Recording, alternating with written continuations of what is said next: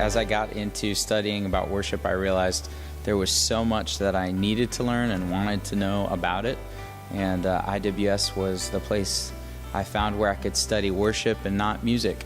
My 702 project was looking at the different prayers in services, prayer of invocation, confession, or illumination, and working with our worship leaders and our pastors, asking the question, like, do we know what these prayers include, or how to utilize them or write them?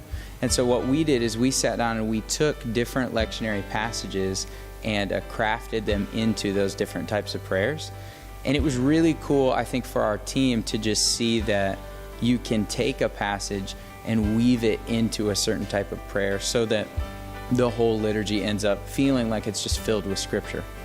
So after this, I actually did have congregation members come up to me and say, I noticed a psalm in that prayer, or were you praying the story of the prodigal son, or things like that, they would say. So they started to recognize that our prayers were intentional.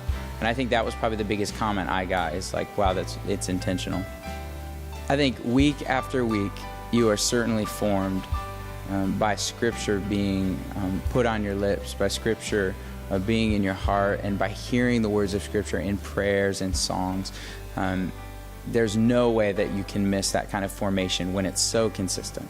IWS has been formational not only for me personally, just growing deeper in my relationship with the Lord, but it has been formational for my community.